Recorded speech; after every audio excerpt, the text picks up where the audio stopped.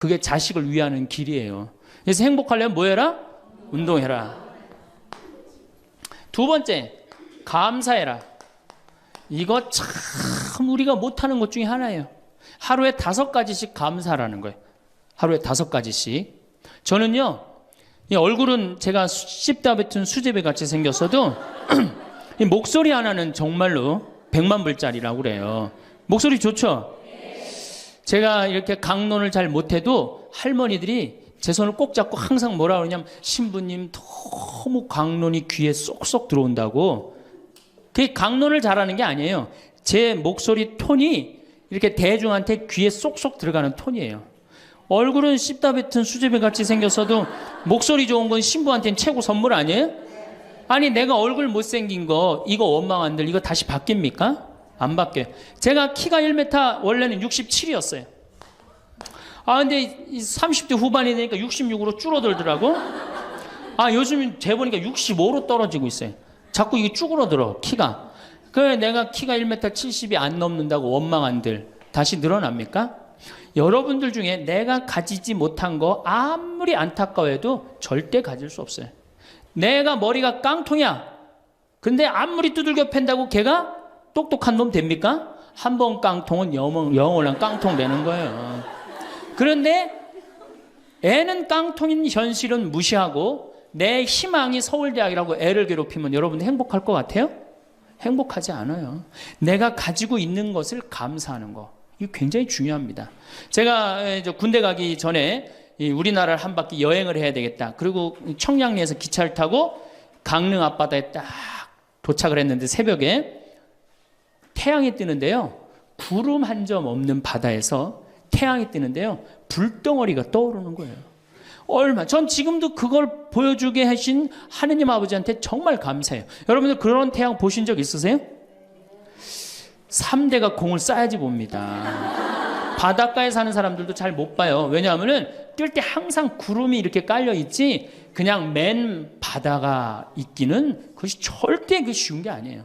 근데 내 그때 그 막 군대 가기 바로 직전에 하느님께서 그 태양을 보여주실 때 제 마음이 어떻겠어요? 이거는 얼마나 감사해요. 그러니까 매일매일 감사해야 돼요. 저는 맨날 수원에 있는 어머니 아버지한테 감사하잖아요. 이렇게 인사. 예. 이렇게 목소리 좋게 놔주셔서 감사하다고. 또 작년에 제가 아프리카를 갔었어요. 아프리카를 갔는데 세렝게티 초원을 갔어요. 세렝게티 초원이 얼마나 넓으냐 하면 서울서부터 대전까지 한 평야예요. 딱 한눈에 펼쳐져요. 믿어지지가 않죠. 가서 보세요. 신부님 무슨 돈으로? 학원만 안 보내면 다 생깁니다. 학원만 안 보내면 다 생겨요. 그런데 서울서부터 대전까지 딱 펼쳐졌는데 마침 누때 이동 시기에 우리가 같이 이렇게 다니는 거하고 맞물렸어요. 200만 마리가 이동을 하는데 여러분들 200만 마리 상상이 가요?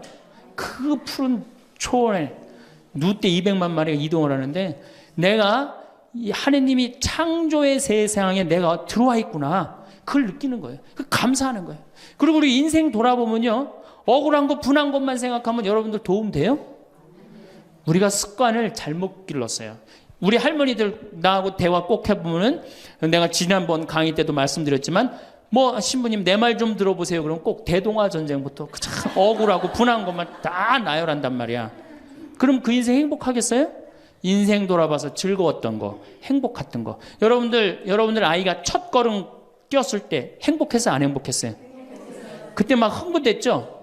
그렇게 행복했던 순간은 다 까먹고 억울하고 분한 것만 그대로 차곡차곡 쌓아놓으면 그 사람이 행복할 것 같아요?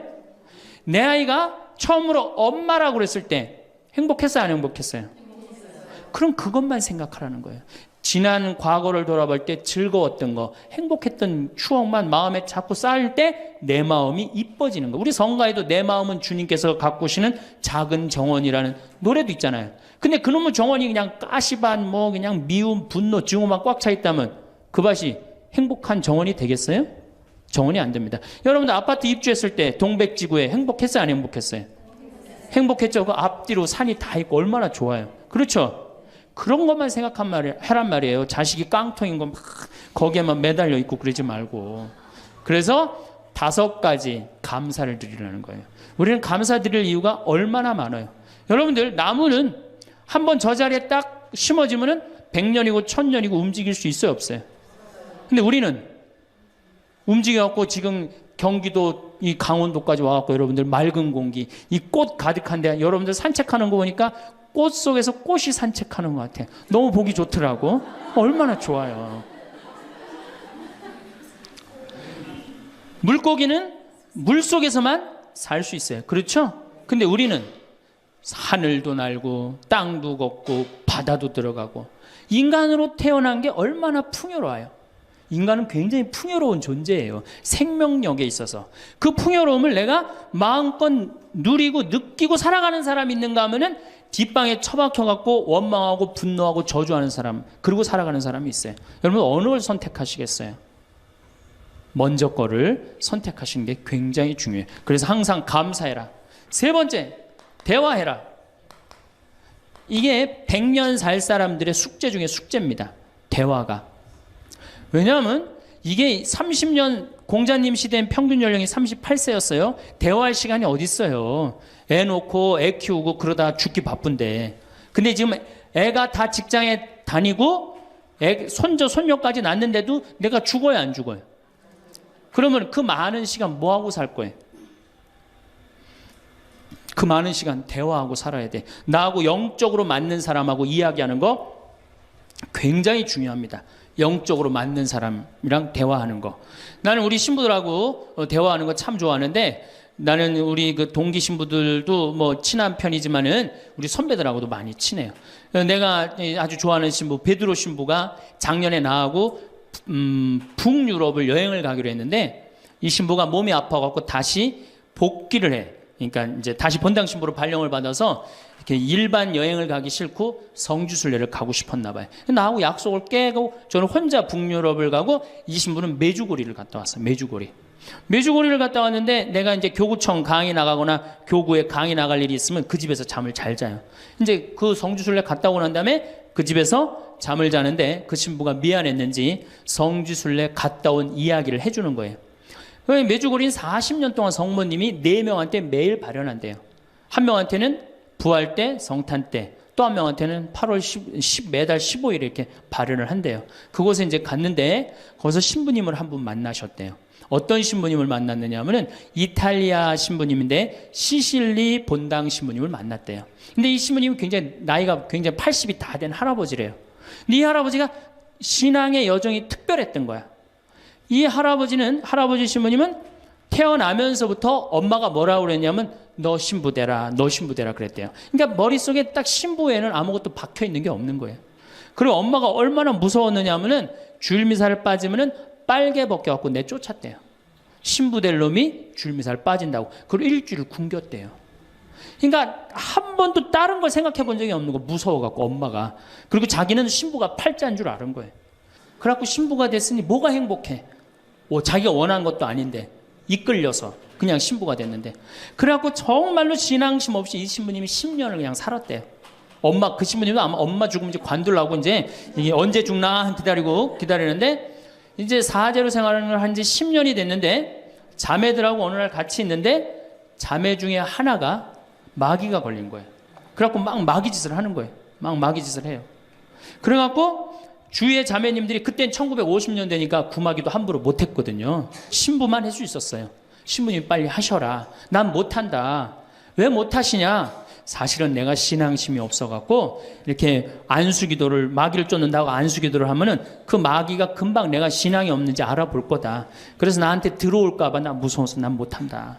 그래도 신부님밖에 없는데 어떻게 하시냐? 신부님이 하셔라. 그래서 어쩔 수 없이 구마기도를 했대요. 머리에 손을 얹고 뭐라고 이 신부님이 기도했느냐면, 마귀야 부탁이니 제발 나한테만 들어오지 말아다오, 이렇게 기도를 했대요. 그런데 마귀가 나간 거예요. 그래갖고 자매가 깨어나고 신부님 너무 감사하다고, 나 마귀 쫓아내줘서. 그런 소리 하지 마라. 난 마귀 쫓아낸 적 없다. 그저 나한테만 들어오지 말라고 그랬다. 아니라고. 신부님이 머리에 손을 얹었을 때 성령의 힘이 얼마나 셌는지 마귀가 자기를 끌고 나가려고 그랬는데 못 끌고 나갔다는 거예요. 그때 신부님 마음이 조금 뜨거워진 거예요. 나같이 신앙심 없고 나같이 이게 수동적인 인간도 주님께서 도구로 쓰시는구나. 그래서 조금 마음이 열렸어요. 마음이 열려도 이 신부님은 너희는 모두 이것을 받아 먹어라. 이는 너희를 위하여 내어줄 내 몸이다. 이렇게 하면서도 20년 동안 미사를 하면서도 정말 거룩한 변화가 일어날까 의심을 했었대요. 아직도 내 신앙이 약하니까 안 일어나겠지.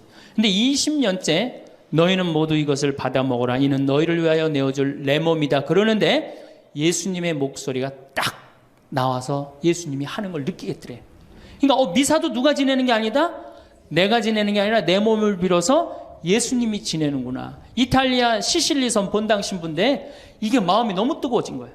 뜨거워져갖고 어떻게 했느냐? 길거리에 뛰쳐나가고 선교를 하기 시작한 거예요. 그래서 7,000명을 선교를 했대요. 그냥 대단한 거죠. 그거 대단한 거예요. 근데 이 신부님이 이제 예수님도 사랑하고 신앙심도 굳고 사제로서 이제 너무 행복해. 그런데 문제가 하나 있어요. 어떤 문제가 있냐면 자기 엄마가 너무너무 무서웠기 때문에 예수님 엄마도 무섭다고 생각을 한 거예요. 그래서 평생 성모님한테 한 번도 의지를 한 적이 없는 거예요. 간구를 해본 적도 없고. 내가 이렇게 사제로서 이제 모든 게 다 됐는데 우리 성모님한테 내가 우리 예수님, 이 좋은 예수님 낳아주신 성모님을 사랑해야 되지 않겠느냐. 그래서 보스니아 크로아티아에 있는 메주고리에 이제 운전을 하고 갔대요. 갔는데 성모 발연동산에 딱 도착을 했는데 성모님이 그 발연동산에 느껴지는 품이 성모님이 나를 평생 이 품에서 내가 성모님 품에서 이제까지 보호받아 왔구나를 그냥 느끼겠더래요. 그러니까 이 신부님이 너무너무 행복한 거지. 그래서 매년 그 메주고리에 와갖고 세계에서 오는 신부들한테 자기 신앙을 고백을 하는 거예요. 나는 이렇게 사제로 평생 살면서 이런 은총을 받았다. 그걸 이제 우리 베드로 신부가 듣고 와서 나한테 얘기를 해주는데 한 새벽 한 3시간을 얘기를 해주는데 그 시간이 너무너무 은혜로운 거예요. 얼마나 그런 영적으로 통하는 사람이 있으면은 행복해요. 그렇죠? 여러분들, 그래서 여러분들 이제 대화가 뭐 요새 무슨 프로에 대화가 필요해 그런 것도 있다며요. 대화가 꼭 필요해요. 여러분들이 여러분을 영적으로 이끌어줄 스승이 필요해요. 신부님, 나는 사실은 저 사람이 굉장히 마음에 드는데 저 사람이 나한테 관심이 없어요. 저 사람이 영적으로 깊은데.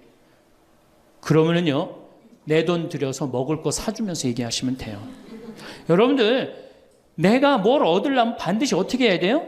투자해야 됩니다. 그러니까 영적으로 깊은 사람 선물도 사주고, 예? 밥도 사줘가면서 내가 접근해야지. 가만히 있는데 누가 나를 봐줘요.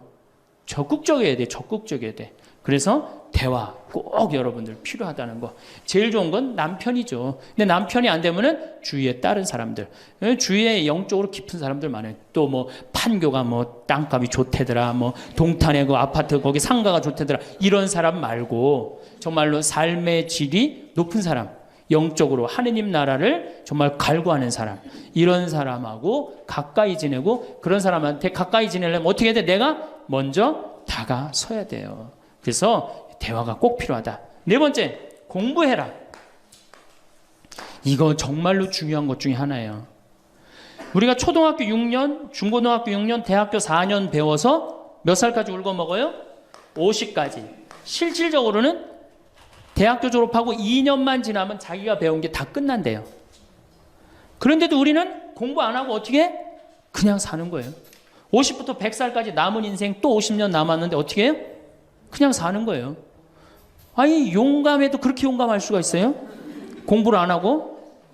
저는 제가 신부가 돼서 환경에 너무너무 관심이 많았어요. 그런데 저는 인문학을 공부했잖아요. 종교 철학, 뭐 신학 이런 걸 배웠는데 환경을 딱 접근하니까 너무 어려워. 무슨 BOD가 어떻고, 뭐 COD가 어떻고, PPM이 어떻고, PPT가 어떻고, PPB가 너무너무 어렵더라고요. 그래서 내가 공부를 해야 되겠다. 그래서 아주대학교 산업공학과 환경공학과에 공부를 했어요. 대학원을. 2년을 공부하고 나니까 석사 학위가 나오더라고요. 석사 학위가 나오니까 환경부에서 연락이 왔어요. 신부님, 지금 전국적으로 60명 환경 강사를 모집하는데 천주교에 보니까 공학 석사 학위 따신 분이 계시니까 좀 나와주라고. 그럼 해라고. 그래갖고 이제 한강 관리청인가 하여튼 어디에 제가 이름이 등록이 됐어요. 전국으로 다 뿌려졌어요. 그런데 천주교 교우들이 교육을 담당하면 다 날 부르는 거. 환경 교육을 담당하면. 전라도 고구미라면서 저를 불러요. 일반 주부대학에서. 고구미 어디냐 그랬더니 일단 비행기를 타라고 그러더라고. 광주행 비행기를. 광주행 비행기를 탔어요. 여러분 고구미 어딘지 아세요? 여러분들도 모르죠? 광주행 비행기를 탔어요. 비행기를 탔더니 이제 자가용이 날 데리러 나왔어요. 자가용을 타고 나주를 지나고 영암을 지나고 무슨 완도 있는 데까지 갔어요. 이제 다 왔나 보랬더니 전화를 그랬더니 배 띄우라고 막 전화를 하더라고요. 배를 띄워갖고 배를 타고 섬으로 건너갖고 거기서 또 차를 타고 30분 정도 들어가니까 전라도 고금도라는 데예요. 우리나라 맨 끄트머리. 얼마나 좋아. 전국에 다니면서 강의해서 좋아. 그분들 천주교 신부 한 번도 본 적이 없잖아요. 신부가 와서 환경 강의하니까 선교해서 좋아. 강서료 받아서 좋아. 또 거기 멸치가 주산지라고 멸치 선물 받아서 좋아. 공부하면요, 여러분들 할 일이 너무너무 많고 인생이 너무너무 다이나믹한 인생이 기다려져요. 호스피스를 배워도 되고 무슨 공예를 배워도 되고 자수를 배워도 되고 수지침을 배워도 되고 도자기를 배워도 되고 플룻을 배워도 되고 남은 인생이 50년이란 말이에요. 50년. 여러분도 50년이 짧아요? 앞으로? 그런데 공부 안 하고 그냥 버티고 그냥 살 거예요? 이제 공부하셔야 돼요. 공부를 하셔야만이 여러분들의 인생이 행복해집니다. 5번째, TV 시청을 반으로 줄여라. 이게 이제 문제 중에 문제예요. 제가 전전 시간에도 TV에 대한 얘기를 했지만 현대의 하느님이 누구예요? 저는 십자가에 계신 예수님이 하느님이라고 생각 안 해요. 현대의 하느님은 TV님입니다. 가정방문 다녀보면은 거실 정가운데 누가 모셔져 계셔요? 텔레비전님이 모셔져 계셔요. 텔레비전님이 모셔 계신데 소파는 누굴 향해서 배열되어 있어요? 텔레비전님을 향해서 배열. 말씀하십시오. 당신 종이 듣고 있나이다. 텔레비전님이 시키는 대로 다 합니다. 마가 좋으니 마를 사 먹어라. 그럼 다음날 다 줄 서서 마 사 먹고, 도라지가 좋으니 도라지를 사 먹어라. 그러면 또 다 도라지 사 먹고. 텔레비전이 시키는 대로 하는 거예요. 아침에 일어나고 누구한테 제일 먼저 문안 인사드려요? KBS님 밤새 안녕히 주무셨습니까? 사실 평화방송에 인사하는 경우들은 좀 나아요. 그래도 아침에 아침 미사도 하고 그 새벽에 성모님 강의도 나오고 묵주기도도 나오고 그러잖아. 근데 꼭 KBS님 밤새 주무셨습니까? 더 기가 막힌 건 주무실 때. 텔레비전님 주무시기 전엔 절대 안 자요. 텔레비전님이 주무셔야지 어떻게? 나도 오늘 일과가 끝났구나 이러고 잔단 말이야. 이러니 머릿속에 뭐가 들어있겠어? 아무것도 들어있는 거 없는 거죠. 머릿속에 책을 읽어야 될 거 아니야. 책을. 우리나라 사람들처럼 책 안 읽는 사람 없어요. 10명 중에 4명이 1년에 한 권도 안 읽는데요. 이 중에도 한 권도 안 읽는 사람들 많을 거예요. 심각한 겁니다. 예. 저한테 그래요. 신부님 그렇게 매일 강의하면서 여기 농사 지면서 토담집 지면서 언제 그렇게 농사꾼 신부 유럽에 가다라는 책도 쓰셨고 이번에 환경에세이 어디로 가야 하는 책도 쓰셨느냐고. 텔레비전만 안 보면 그 시간 충분해요. 여러분들 하루에 3-4시간씩 무슨 일 집중해서 한 6개월 하면은 무슨 일 만들어내지 않겠어요? 얼마나 우리가 텔레비전 하늘만큼 땅만큼 끝나고 무슨 재미로 사나 했더니 미우나 고우나라네. 미우나 고우나 오늘 끝나면 이제 또 무슨 재미로 또 살아요? 또 다른 거예요. 엄마가 뿔났다 이거 봐요. 보고 살아요? 여러분들 텔레비전은요 좀 미안한 얘기지만 구조가 똑같아요. 부잣집 아들 가난한 집 딸, 아니면 부잣집 딸 가난한 집 아들, 이룰 수 없는 사랑에 못된 시어머니. 예? 그렇죠? 그게 매년 똑같이 반복되고 똑같은 내용이에요. 그거를 10년 동안 그 앞에서 시간을 보낸다고 생각해 보세요. 아깝지 않아요? 그 시간에 해야 될 일이 얼마나 많은데, 대화도 해야 되고 운동도 해야 되고 감사도 해야 되고 공부도 해야 되는데 이걸 전부 다 어디다 갖다 쏟아부어? 텔레비전에 갖다 쏟아부어요. 그리고 여러분 텔레비전을 보면 볼수록 어떤 의식이 늘 것 같아요? 패배의식이 늘어납니다. 텔레비전을 보면 볼수록 마음의 갈등이 일어나요. 제가 유럽의 가정에 초대를 받아서 이렇게 가보면요 거실에 텔레비전 있는 집 하나도 없어요. 소파는 다 어떻게 서로 마주보게 배열되게 돼 있어요. 근데 우리나라는 완전히 텔레비전에 완전히 미쳐 있어요. 그러니까 이 두 개만 치면 여러분은 행복합니다. 자식하고 텔레비전만 치시면은 여러분들은 행복할 수 있어요. 6번째, 신앙생활을 해라.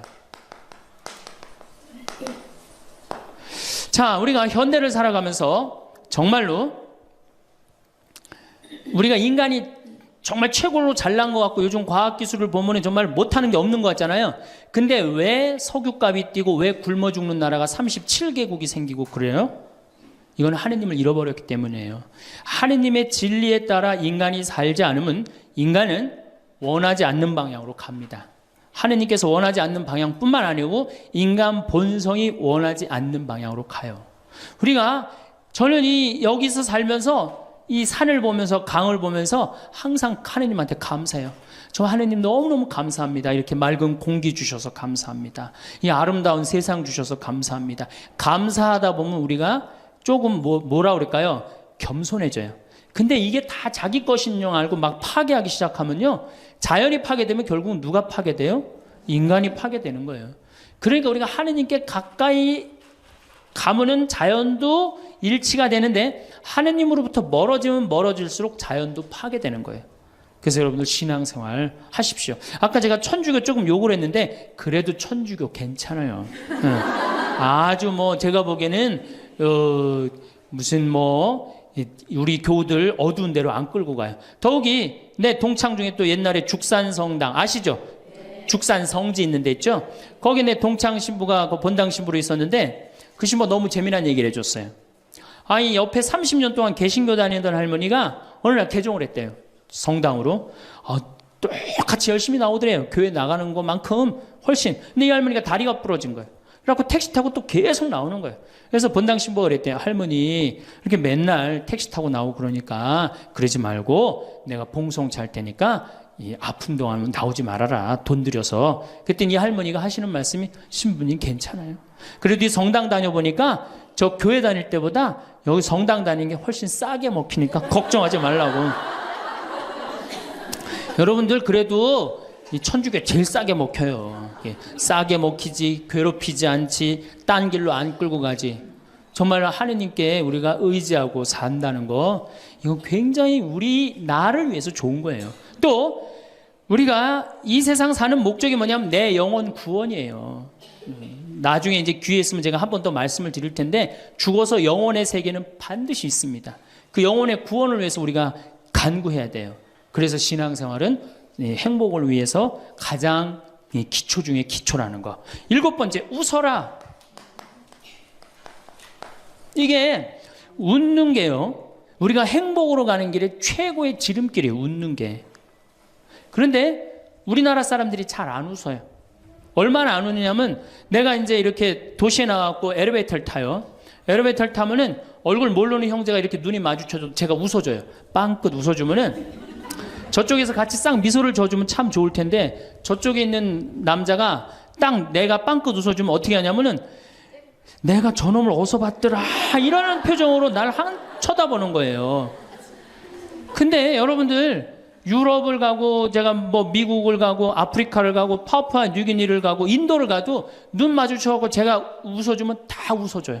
근데 절대 안 웃는 나라가 우리나라예요. 얼굴 모르는 사람 이렇게 마주쳐서 웃으면요. 심지어는 여기 우리 생태마을을 찾아오는 사람도 제가 웃어줘도 안 웃어요. 그만큼 경직되어 있는 거예요. 여러분들이 간지러움을 태우고 수술한 사람이랑 마취를 하고 수술한 사람이랑 깨어날 때 누가 덜 아플 것 같아요? 놀랍게도 간지러움을 태우고 수술한 사람이 덜 아프다는 거예요. 웃는 게 우리한테 그만큼 좋은 거예요. 근데 이게 이제 50대 된 여인한테 이제 저 여인이 인생을 어떻게 살았느냐 안 살았느냐가 딱 보여요. 50대 된 여인이 막 항상 웃고 그런 얼굴은요. 50대 되면 얼굴 오똑하고 눈 이거 다 똑같아. 얼굴이 그 얼굴을 다. 그런데 늘 웃고 살아온 자매는요. 참 예뻐요. 편안해 보이고. 주름이 한 560개 정도 이렇게 탁 하면서 얼굴이 굉장히 편안해져요. 근데 이게 안 웃은 여자는 주름이 17개밖에 안 생긴대요. 그러니까 560개면 자갈자갈자갈하니 이쁜데 부담스럽지 않은데 17개면 얼마나 부담스러워요. 이마에 칼자국 나인 것이 쫙 굵은 주름 여기 쫙. 이 사람은요 웃어도 무서워요. 예, 웃어도 무서워요. 그러니까 여러분도 웃으면서 사세요.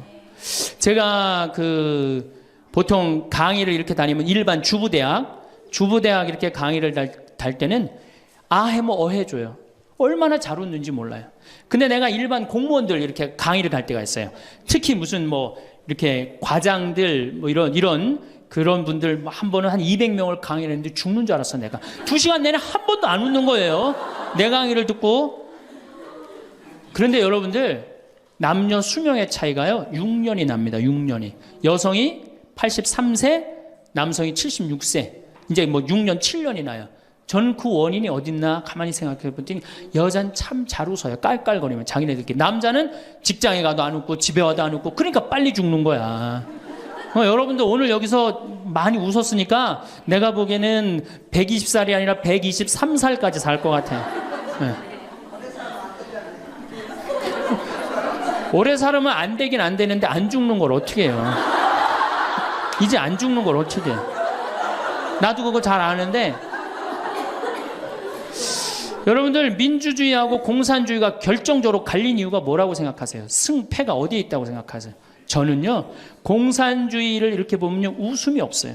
그렇죠? 가만히 생각하면 공산주의 생각하면 소련, 동독 뭐 이런 거 생각하면 웃음이 있어요 없어요?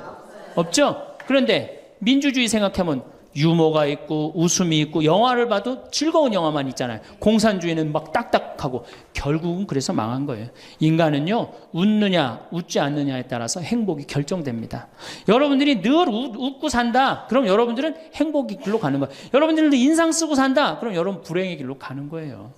그러니까 웃어야 돼. 또 웃는 사람한테 매력을 느낀다는 거예요. 웃는 사람한테, 잘 웃는 사람한테 매력이 느끼면 인간관계도 좋아지는 거 아니에요? 아 내가 재미난 얘기를 했는데 인상 빡 끝날 때까지 남들 다 웃는데 한 사람만 끝까지 안 웃어. 그러면 여러분들 끝까지 안 웃는 사람한테 여러분들 무슨 생각할 것 같아? 저 사람이 다음에 있으면 다시 재밌는 얘기 저 사람 앞에서 안 한다. 그러니까 그 사람하고는 어떻게 되는가? 담이 자꾸 생기는 거예요. 담이 자꾸. 그러니까 어떻게 해야 돼요 여러분들? 웃으세요. 그리고 유머를 많이 배워두는 것도 좋아요. 오늘 저한테 강의 들은 거 이거 잘 외웠다가 가서 얘기해주고 또 제 테이프에 나오는 거 잘 들었다가 얘기해주면은 아유 어서 그렇게 재미난 얘기를 해서 또 얘기 좀 해줘봐. 그러면서 사람이 사는 거예요. 사람은요 수다를 떨면서 살아야 돼. 수다. 제가 한번 본당 신부 때 여러분들처럼 이렇게 젊고 예쁜 본당에 내가 본당 신부를 했었어요. 막 자매들이 막 수다를 떠는 내가 지나가는데 막 당황해하면서 어쩔 줄 몰라 하더라고요. 분명히 내 욕을 한 거야 보니까. 네. 그래서 제가 뭐라고 그랬어요? 그 자매들한테 괜찮아. 이게 성당 다니면서 본당 신부 욕하는 재미가 최고 재밌는 거야. 네. 아니 뭐 성당 다니면서 그런 욕도 하는 무슨 재미로 살아. 걱정하지 말고 해든 수다 계속 떨으라고.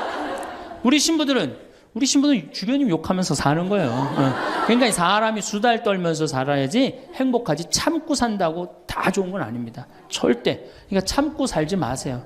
제발 이거 우리 성당에 뭐 원수를 사랑해라 왼뺨을 대면 다른 뺨을 돌려대라 이거 아주 미치는 교리 중에 하나예요. 여러분들 다 사랑할 수 있어요? 여러분들 주위에 있는 사람 다 사랑할 수 있어요? 다 사랑하는 사람 딱 두 종류예요. 미치든가 예수님처럼 빨리 죽든가 둘 중에 하나예요. 우리는 다 사랑할 수 없어요. 그러니까 다 사랑하려고 그러다가 미치지 말고 내가 좋은 사람 내 마음에 드는 사람에 더 많은 시간을 뺏기고 아니 뾰족한 놈이 있단 말이야. 별난 놈이 있고 네? 그렇죠? 근데 내가 이 사람한테 가면 자꾸 찔려. 그런데 성당에 갔는데 서로 사랑하시오 그래갖고 다음에 또 갔는데 여기 또 찔려. 그래갖고 또 너무 미운데 성당에 가니까 또 내 탓이오 3번 하고 난 다음에 사랑해 가서 또 찔려. 갈 때마다 찔려. 그래갖고 내 마음이 상처 투성이야. 근데 아들이 학교 갔다 엄마 나 학교 다녀왔어. 그래 집에 엄마 왜 그래? 말 시키지 마. 나 승질나. 여러분들 차라리 그렇게 찔리는 게 나아요. 그 사람을 안 보고 기쁜 마음으로 있다가 아들을 기쁘게 맞이하는 게 나아요. 이 사람 안 만나도 여러분들 인생 안 망가져요. 이 사람 안 만나도 억지로 가서 그거 찔리지 마시고 안 만나면 시간이 지나면 이 사람 이뻐져요. 근데 막 가서 막 들이대고 막 이게 삐죽한 놈한테 가갖고 계속 나는 구역장이니까 끝까지 사랑해야지 그러고 가다가 미치든지 죽든지 둘 중에 하나를 합니다.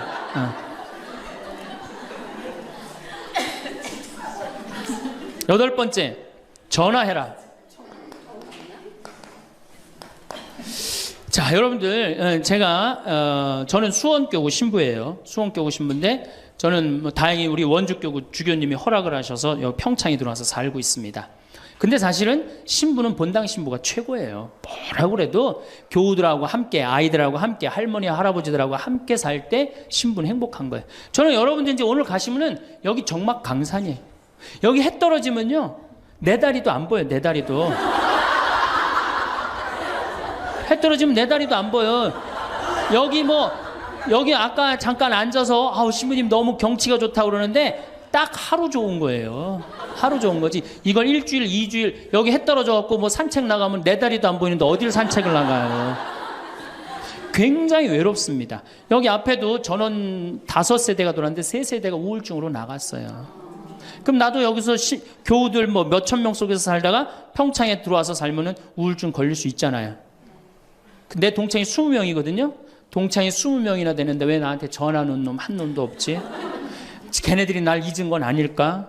나는 왜 교구 밖으로 와서 이 고생을 하고 살까? 난 우울하다. 그럼 알아주는 놈 누가 있어요? 아무도 없어요. 어떻게 하면 돼? 내가 먼저 전화하면 되잖아. 아주 너무 쉬운 거 아니에요. 내가 전화해갖고 너 성당은 잘 짓고 있느냐? 너 요즘 큰 성당에 갔는데 어떻게 잘 지내냐? 내일은 내 동창이 또 우리 집에 와서 있겠대. 몸이 안 좋아갖고. 그러니까 그 전화를 하니까 동창들이 와서 안식년도 여기 와서 지내고 아프면 여기 와서 지내고 허리 수술에도 와서 지내고 그러니까 외롭지 않은 거예요. 사랑도 먼저 하는 게 중요한 거지 나한테 누가 해주지 않을까? 죽을 때까지 안 찾아옵니다. 남녀의 사랑 문제가 아니라 인간이 살아가면서 그런 거예요. 그러니까 내가 먼저 전화하라는 거예요. 굉장히 중요한 거. 내 동창 중에 지금 보구마국장 우리 수원교구 보구마국장 내 동창인데 얘가 로마로 유학을 갔어요.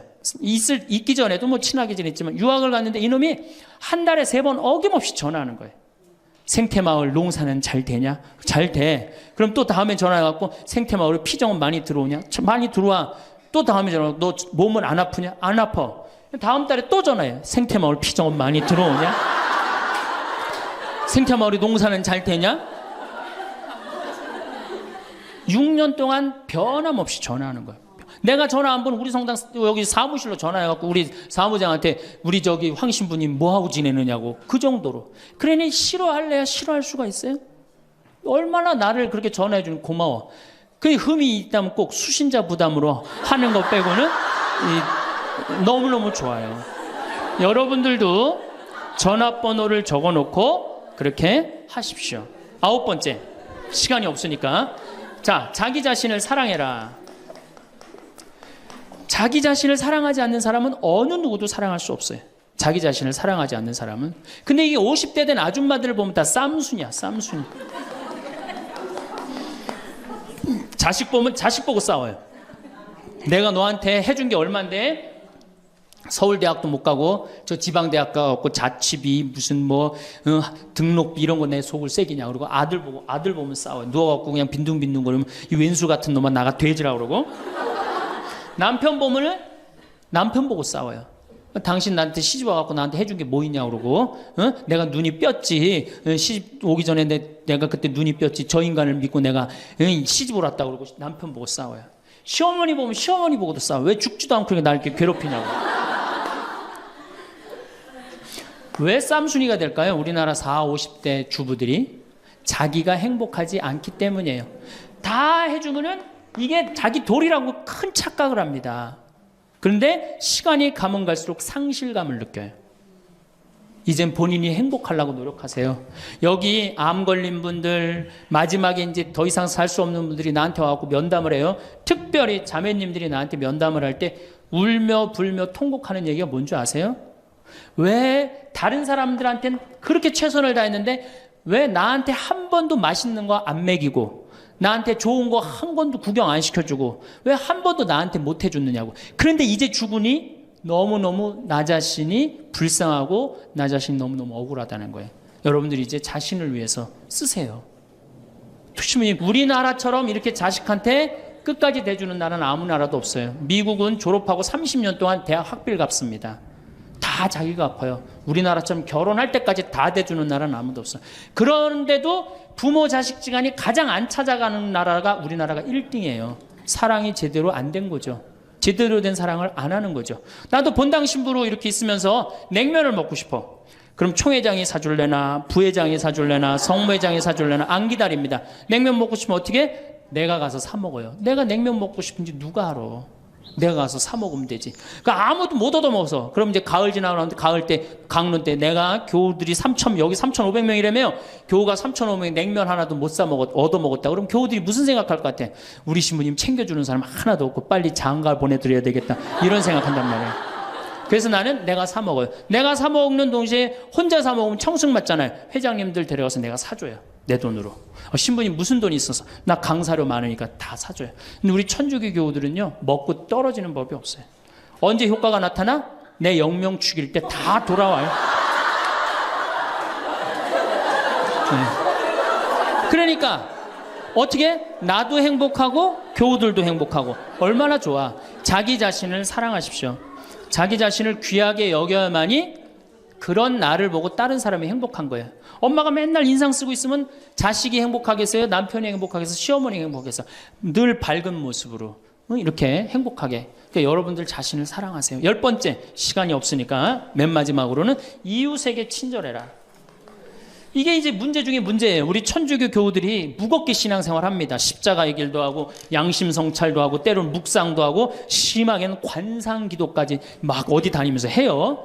근데 실질적으로 그렇게 무겁게 신앙생활 하는 만큼 이웃한테 넉넉하냐? 넉넉하지 않아요. 1,000원 갖고 얼마나 치사하게 구는 줄 아세요? 여러분들 1,000원 가지고 정말 1,000원 때문에 막 갈등하고 괴로워하고 힘들어하고 얼마나 그런 줄 아세요? 여러분들 전철을 탔어요.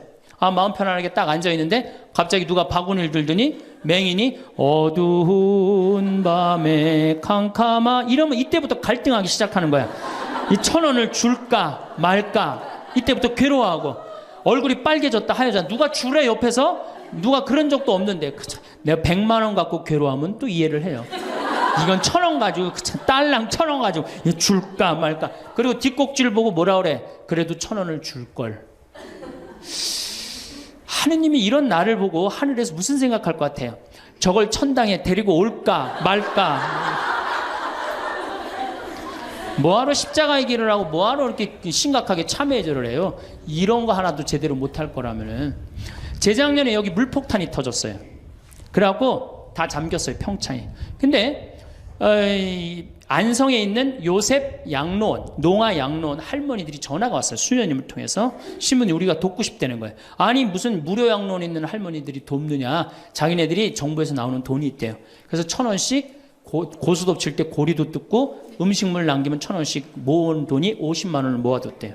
그래서 여기 우리 형제 중에 조립식에 사는 형제가 집이 다 떠내려갔어요. 그래서 와라. 그랬더니 80만 원을 갖고 왔어. 할머니들이. 한 4, 5분이 말 못하는 할머니들이. 그리고 이불 12채, 전기밥솥 하나. 아니 무료 양론에 사는 할머니도 1년에 한 번씩 돕는다는데 그 살기 좋다는 동백에서 살면서 한 번도 안 도우면은 여러분들 천당 갈 것 같아요? 못 가. 아니 우리가 너무 이웃한테 인색하게 살아요. 여러분들 교황님이요 뭐라고 그러셨느냐면은 나는 행복했습니다.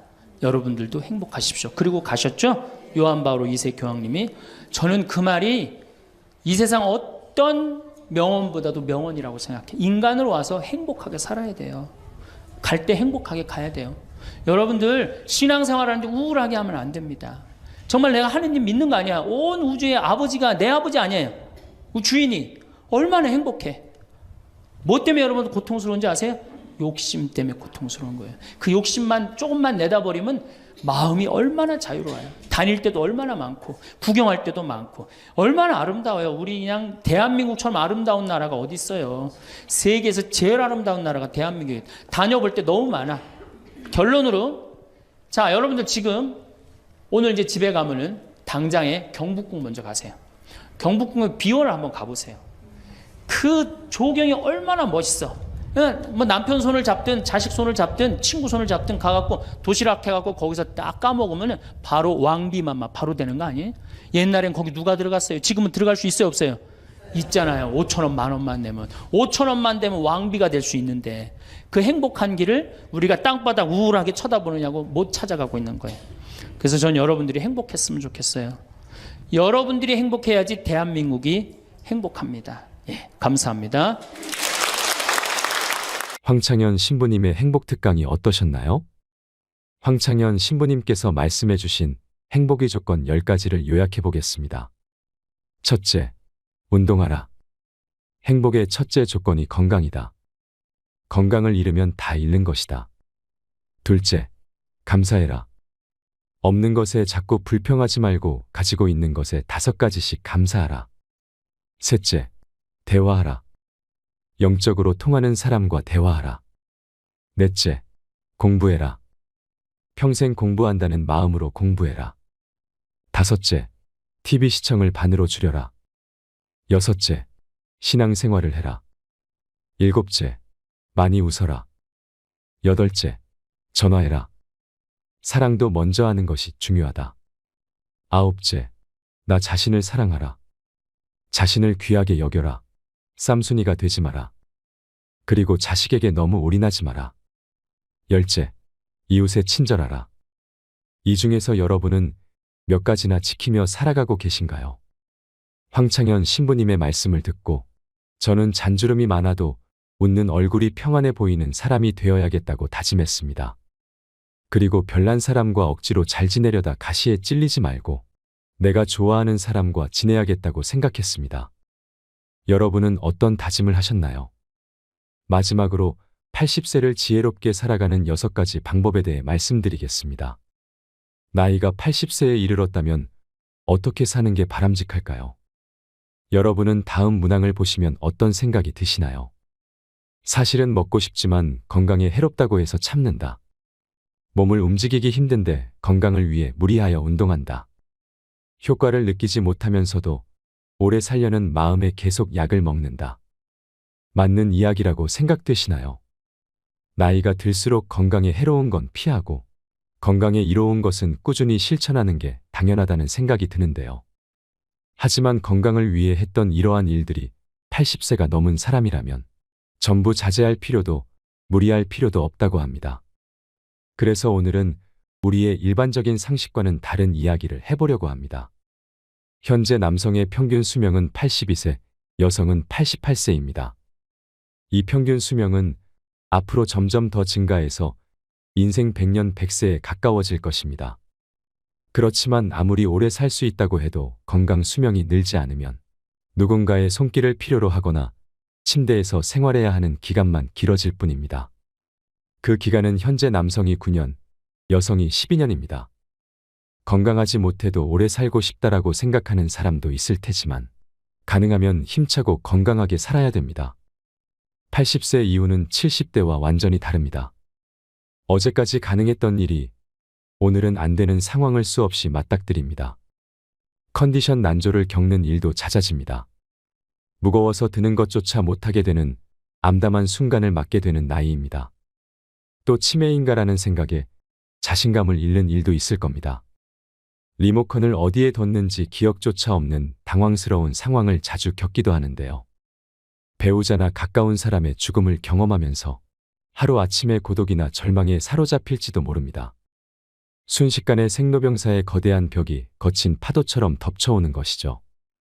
이처럼 80세의 거대한 벽을 제대로 넘지 못하면 노년의 생활은 말 그대로 지옥이 되는 건데요. 반대로 말하면 우리가 이 80세의 벽을 잘 넘게 되면 행복한 20년의 노후를 보낼 수 있다는 얘기이기도 합니다. 여러분은 행복한 노후와 불행한 노후, 어느 쪽을 선택하시겠습니까? 80세의 벽을 잘 넘는 방법은 6가지가 있습니다. 80세의 벽을 넘어서는 방법. 첫 번째, 자식보다 배우자가 낫다. 나이 들어 함께 여생을 보내고 싶은 누군가가 생긴다면 재혼도 행복의 선택지 가운데 하나가 될 수 있는데요. 하지만 재산이 있는 부모라면 자녀들이 재혼을 반대하고 재산이 없는 부모라면 자녀들이 축복한다고 합니다.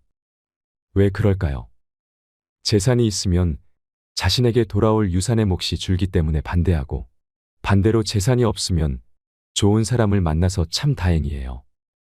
외롭지 않고 행복한 노후를 보낼 수 있겠어요라고 한다고 합니다. 하지만 머릿속 한구석에는 부모님의 돌봄을 기대하는 계산도 들어있기 때문이지요. 70대 전반까지는 재혼 의사가 있으면 자녀들을 설득해서 재혼하는 사람도 많지만 이처럼 80대가 되면 자녀들의 반대에 꺾이는 사람이 늘어납니다. 그래서 결국 재혼을 포기하고 외롭게 지내다가 노예져서 돌봄을 받으며 생활하게 되죠. 그렇다고 재혼은 반대라고 했던 자녀가 내 돌봄을 완전히 책임지는 것도 아닙니다.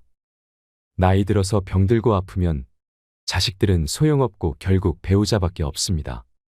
실제로 어떤 연구에 따르면 60대 이상을 대상으로 조사한 결과 배우자와 함께하는 사람들이 가장 행복감을 느끼고 삶에 더 많은 가치를 부여하며 살고 있다고 하는데요. 그래서 아무리 자식이 효도를 한다고 해도 배우자만 못하다는 겁니다. 내가 외롭고 아플 때 옆에서 지켜주는 사람은 배우자지. 가까이 살아도 쉽게 얼굴도 안 보여주는 자식들이 아니라는 겁니다. 몸이 아파서 급하게 보호자와 동행해서 병원을 방문해야 되는 일이라도 생긴다면 매번 자식들에게 부탁하기도 눈치 보입니다. 또 멀리 살고 있다면 급한 일이 있을 때 큰 힘이 못 됩니다. 미운정 고운정으로 같이 살고 있는 배우자만큼 남은 인생의 소중한 동반자는 없다는 얘기입니다.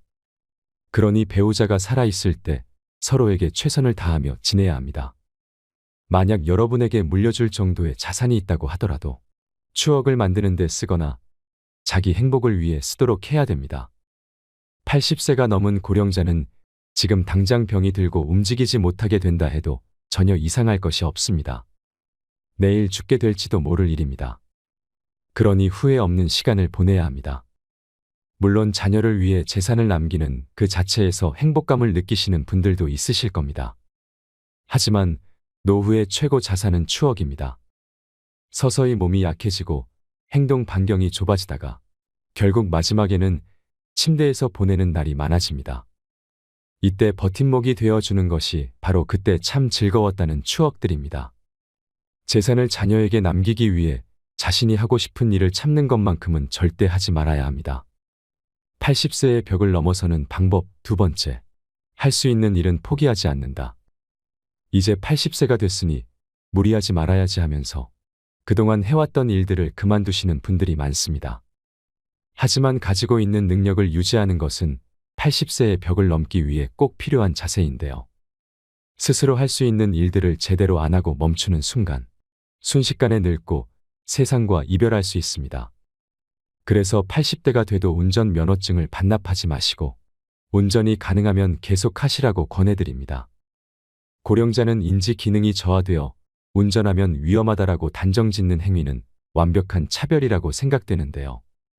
20살 대학생이 고급 외제차를 타고 고속도로를 폭주하다가 사망사고를 내면 큰 뉴스거리가 되지 않지만 80의 남성이 경자동차로 아내를 병원에 데리고 가다가 사고를 내면 비난을 받습니다. 실제로는 24세 미만의 운전자가 사고를 내는 비율이 더 높은데도 고령자에게 위험 딱지를 붙이고 있습니다.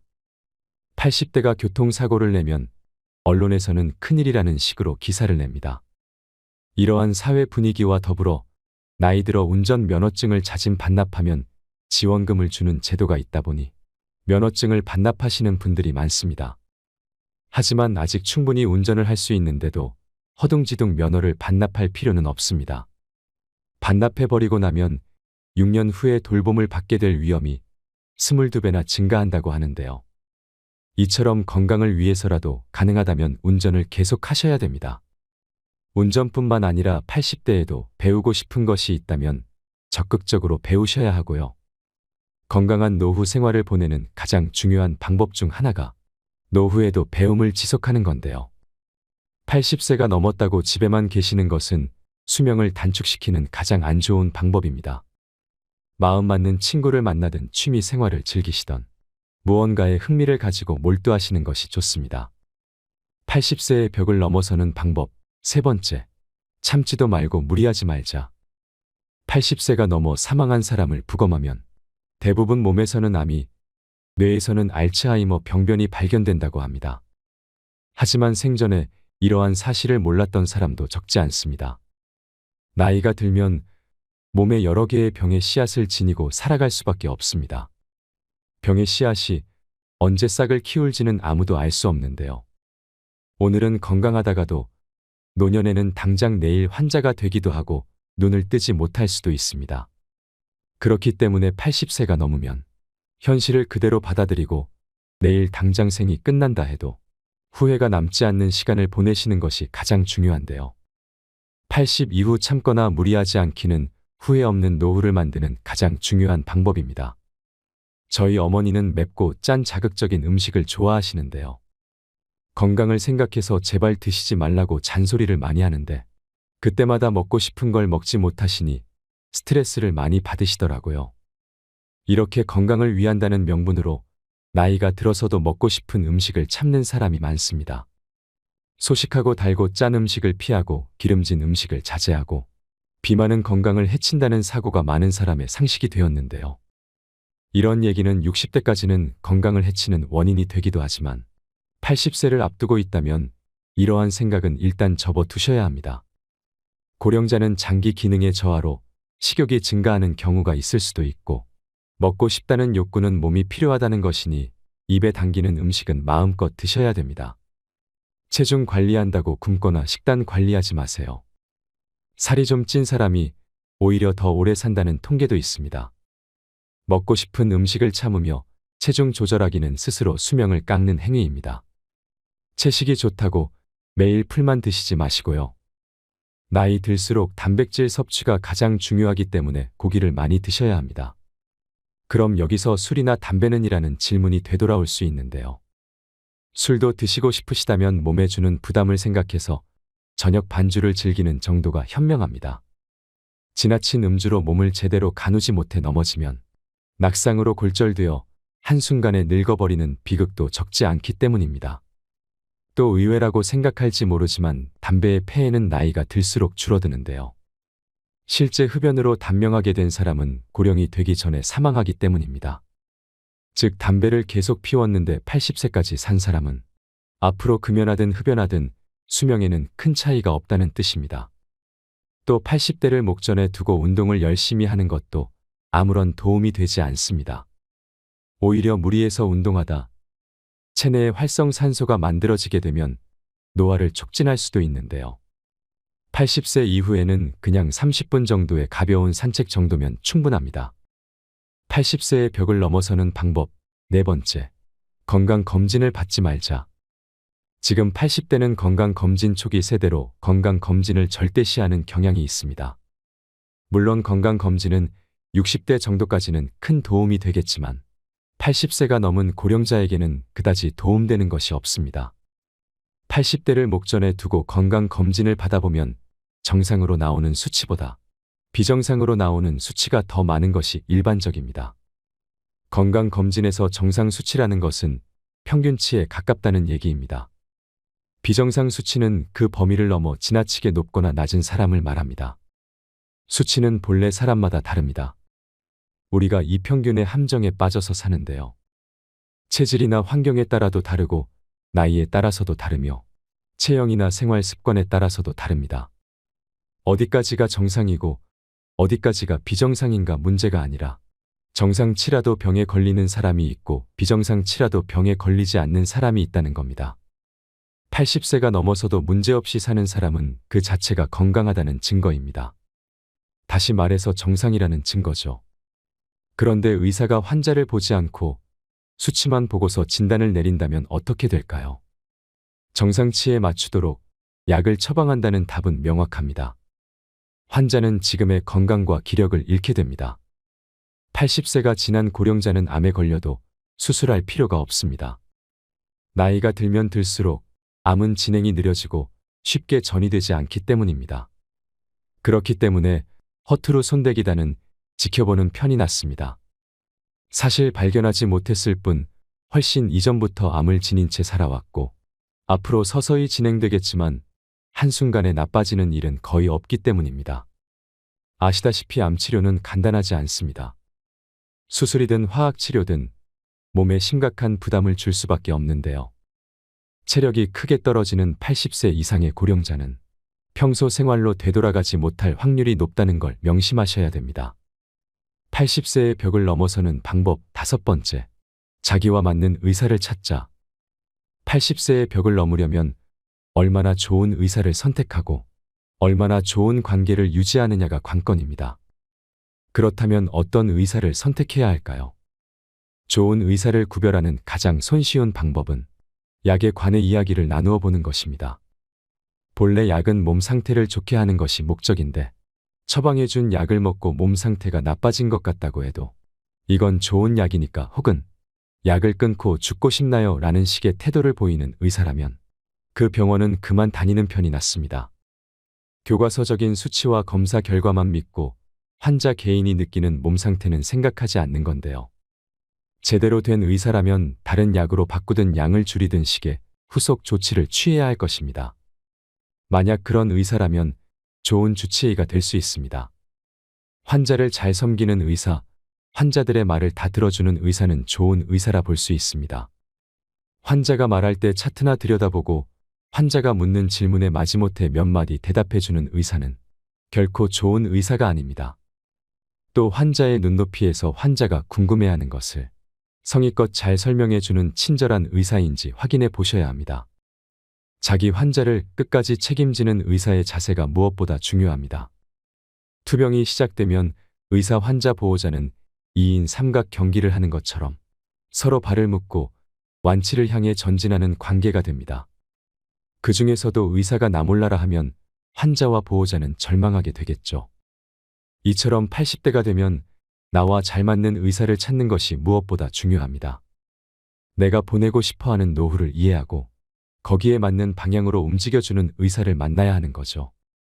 수술을 원하지 않는데 수술밖에 방법이 없다고 딱 잘라서 이야기하는 것은 의사 같지 않은 의사입니다.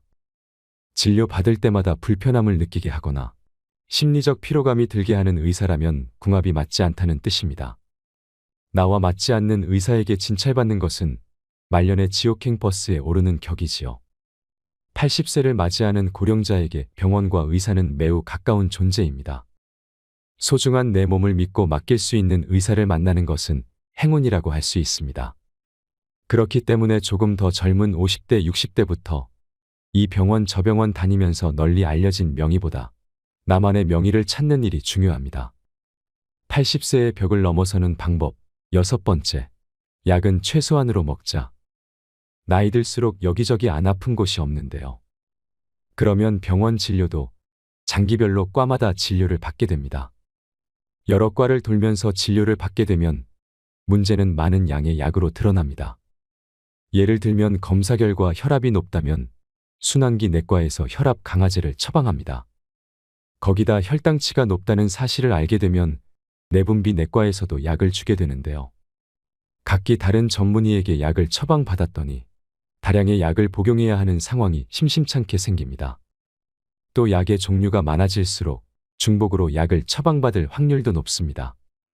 예를 들어 소화 기능이 떨어지는 경우에는 약의 위장을 보호해주는 위장약이 들어가는데 다른 목적으로 처방된 약들을 함께 복용하게 될 때 위장약이 포함되어 있으면 중복으로 복용하게 되는 셈입니다. 위장약은 위산 분비를 억제해 약을 복용할 때 속쓰림 등을 방지해 주지만 과도하게 섭취할 경우에는 장염이나 폐렴 위험이 커집니다. 또 순환기 전문의가 진료를 하고 나서 높은 콜레스테롤 수치를 약으로 낮추면 면역 기능이 저하되고 암이 진행되기 쉬우면서 감기나 독감에 쉽게 걸립니다. 혈관계 이상으로 죽는 게 아니라 암이 진행되거나 폐렴으로 죽게 될 수 있는 거죠. 이렇게 되면 약이 되는 것이 아니라 독이 될 수도 있다는 사실을 기억하셔야 합니다. 이런 장기별 전문 진료는 60대까지 효과가 있지만 80대 전후에는 별로 도움이 되지 않습니다. 특히 고령자일수록 많은 약을 함께 쓰면 문제가 됩니다. 물론 꼭 먹어야 하는 약도 있으므로 모든 약을 끊을 수는 없지만 일상생활의 활동 수준을 방해하지 않도록 최소한에 머물러야 합니다. 머리가 아프면 두통약을 먹고 위가 아프면 위장약을 먹으면 됩니다. 필요할 때 필요한 만큼만 먹는 것이 약의 올바른 사용법입니다.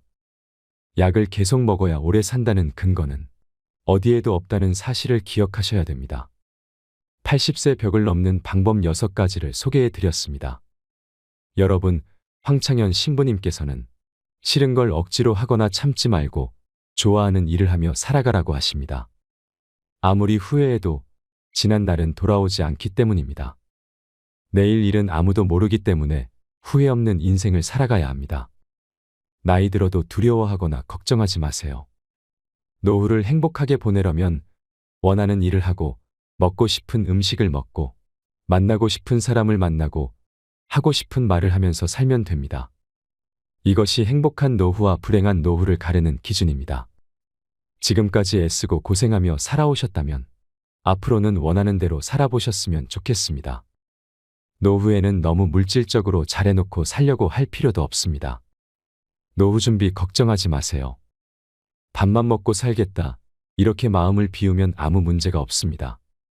훨씬 더 착하게 살고 운동도 더 열심히 하고 남들한테 희생도 하며 살아갈 줄 아는 당신이 아름답습니다. 80세의 벽을 넘어서 그 후 20년도 지혜로운 노년이 되시길 바랍니다. 이상으로 책틀맨이었습니다. 지혜를 쌓는 당신의 오늘이 아름답습니다. 더 좋은 영상으로 찾아뵙겠습니다.